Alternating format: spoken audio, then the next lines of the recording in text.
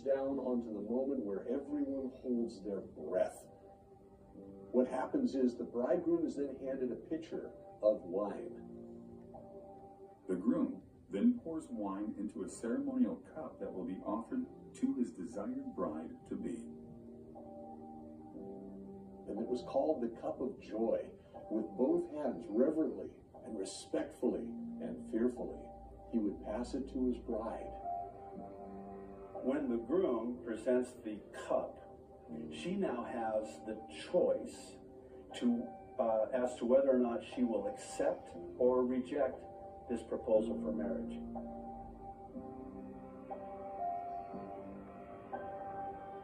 The moment the cup is handed to the bride, she's given all power to stop the wedding by pushing the cup back and rejecting the bridegroom.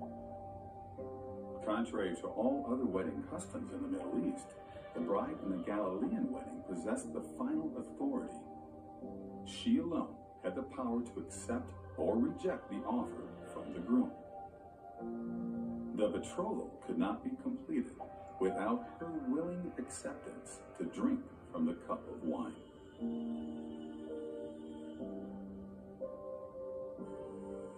But on this day, during this betrothal, the bride accepts.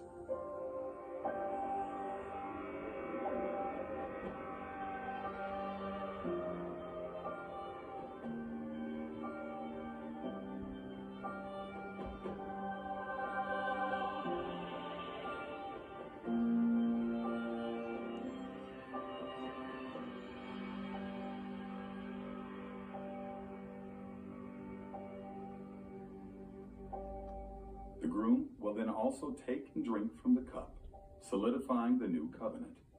But then he says something truly profound.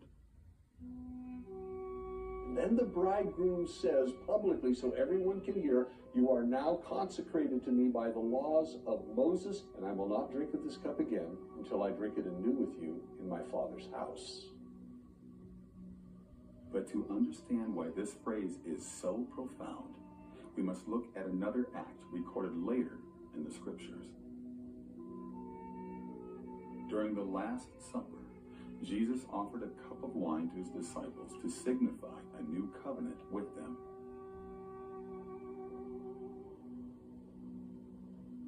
And after his disciples drank from the cup, Jesus then said something similar to what a Galilean would have heard from their own weddings.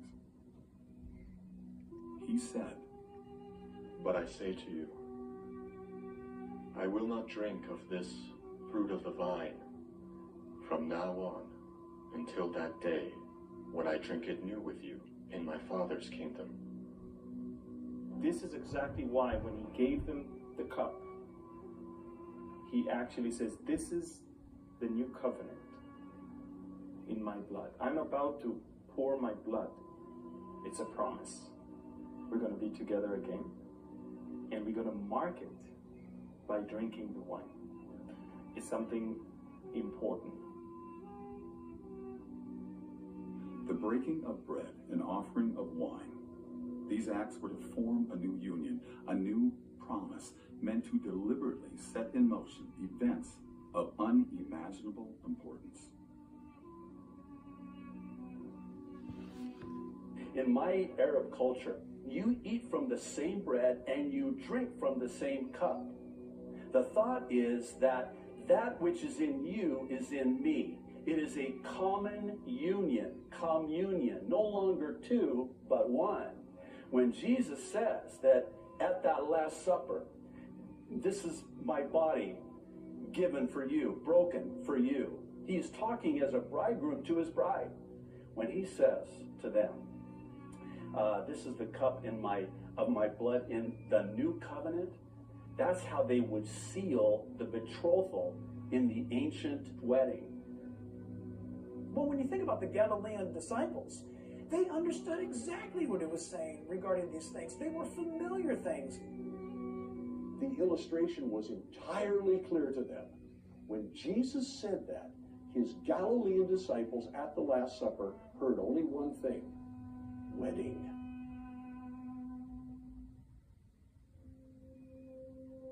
fact, this might explain why later in the gospel records, the disciples asked Jesus only when the events of the last days would take place, and not why. Because as Galileans, they likely had already made the connection, especially given Jesus' first recorded miracle, which took place in the town of Cana, when he turned water into wine at a Galilean wedding. And I find this most fascinating, that the first miracle Jesus ever performed was at a wedding. And that wedding had the same cultural dynamic that Jesus was describing when he was explaining to his disciples about his soon return.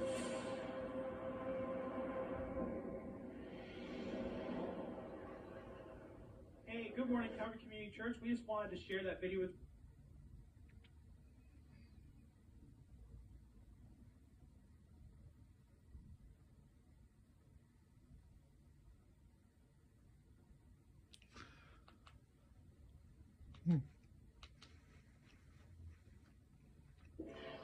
Where do we start? Venmo is now available for 13 to 17-year-olds. And that wedding had the same cultural dynamic that Jesus was describing when he was explaining to his disciples about his soon return.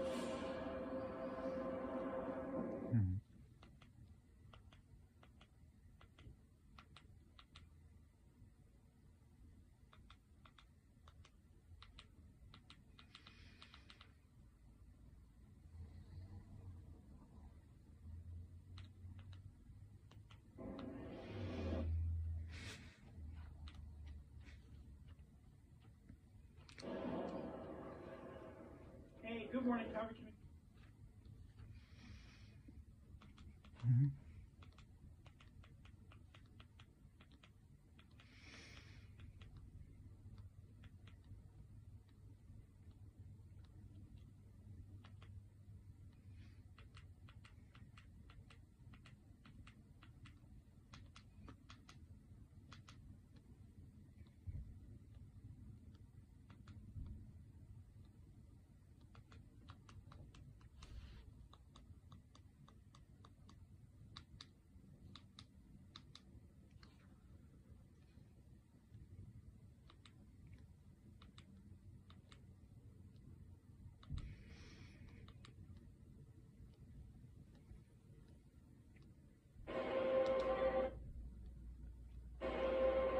There are so many people who know about it, believer and non-believer. Oh yeah, I've heard about the rapture. Oh yeah, Jesus is supposed to come back.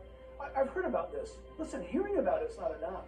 In fact, we know from Galilean experience in the first century that you not only had to be ready, you had to have enough oil, you had to get in. You had to get into that wedding. And then the door was shut. By the way, once the door was shut, it was shut.